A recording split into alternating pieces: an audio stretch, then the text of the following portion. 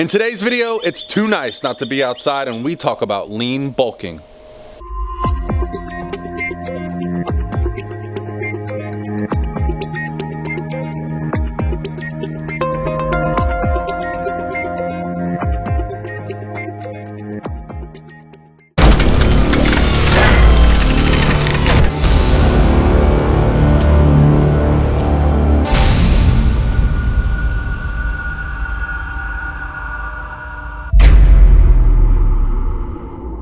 Hey guys, what's going on? This is Paul Ravella from ProPhysique.com, and today I'm going to continue the trend of shooting videos in odd locations because, well, I don't know where I'm going to shoot them yet, so I'm just trying to find a good, solid location.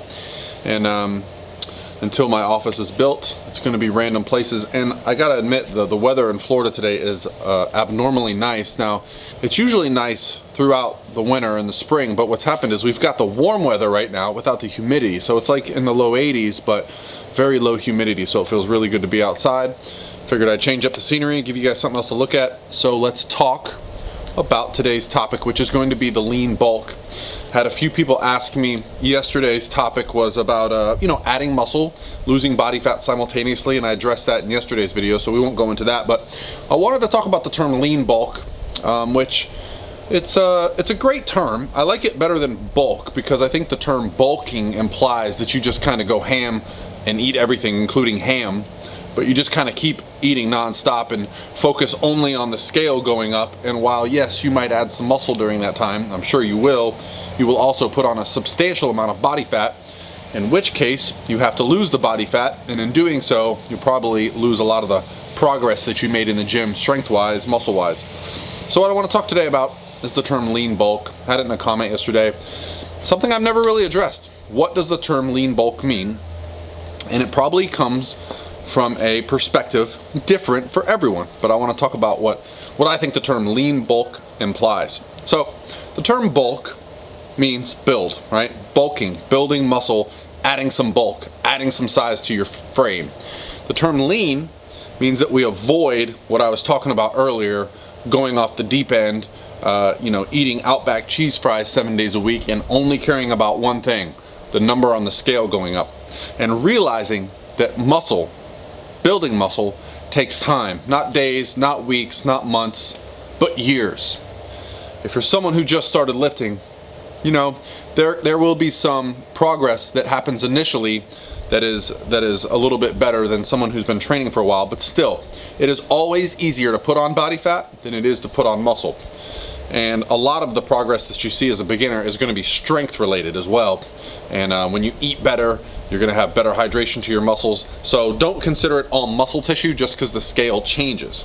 But let's talk about how we can lean bulk properly, because ultimately our goal, if we're bulking, is going to be to put muscle on. And we want to make sure that the progress is happening.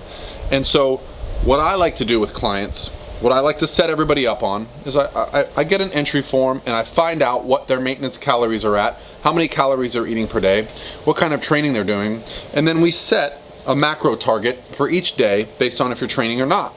Now, what I like to see over time is those calories increase, because as we add muscle, we're going to be increasing the metabolic demand our bodies have. We also want to improve performance, and yes, I do like to see the scale change over time. Depending on the person, the individual, what I would like to see is a trend of half a pound to a pound per month for men, maybe a little bit less for women. Women tend to, want to stay more the same range. But with guys, depending on their age, their training experience, I like to see that overall trend rising, but at the same time, the metabolic capacity increasing at the same rate, so that when we get to a point where we're done bulking and we want to cut, we've now got the metabolic capacity to just make a change, just some calories, and there we go. We start losing body fat without having to resort to high cardio, low carbohydrate, low calorie dieting, so that way our gym performance can remain the same. So, some practical advice. Let's say you've got maintenance calories set for a week, you're in a bulking program, a lean bulking program, and your weight was stable this week. What do we do? Well, depending on how many calories you're taking in, I would add between 50 and 100 calories per week. Doesn't sound like a lot, right? I mean, 100 calories is what, 25 carbohydrates. You know, maybe it's 11 grams of fat, whatever you want to add at this point.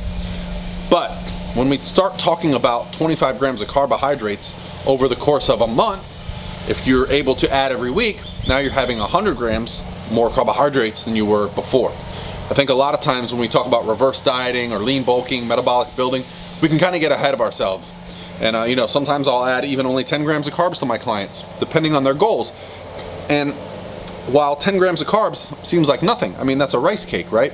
But over the course of weeks and months, when you can have a person's metabolic capacity increase so that they're actually taking in hundreds of more calories, able to eat a lot more food, feel satiated, and see some performance benefits in the gym, this is where you get a successful lean bulk.